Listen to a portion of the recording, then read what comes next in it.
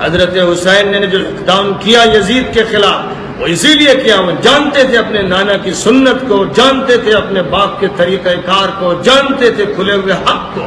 تو انہوں نے اس حق کے لیے یہ عمل کیا۔ اس کے بعد جان جاتی ہے تو جائے،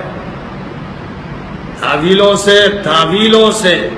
مکر و فریب کے بنے ہوئے مولویوں کی تعویلوں سے یزید کے حق میں یہ کہنا کہ وہ ظالم تھا تو حسین کو برداشت کرنا چاہیے تھا، غلطی حسین کی تھی، ایسے لوگ قیامت میں دیکھیں گے جب ان کے چہرے سیاہ ہوں گے اور خدا کی ان پر لعنت ہوگی اور نبی ان سے منہ پھیر لیں گے۔ یہ معمولی اور ہنسی کھیل کے تماشے نہیں ہیں۔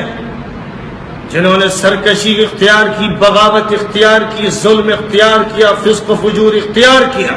ان کے خلاف جو کارروائی حضرت حسین نے کی صحیح کی۔ یہ الگ بات ہے کہ لوگ ساتھ ان کے کھڑے نہیں ہو سکے،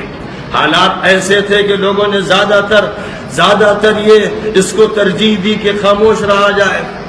لیکن جو نکلا وہ حق کی سب سے بلند چوٹی پر تھا۔